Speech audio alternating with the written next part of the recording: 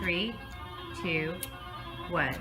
Now that we have the case stripped of the manual lever shaft seal, the manual lever shaft, the 1-2 accumulator, the overdrive servo, the low reverse servo, and the 2-3 accumulator, we had earlier removed all the bolts securing the pump to the transmission. Now we're going to take our screwdriver, go in between the drum and the shell, index the screwdriver, and twist the screwdriver, and everything falls out.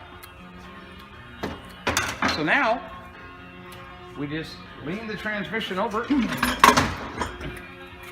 and all our internals. Tell me that is not the easy way to do it.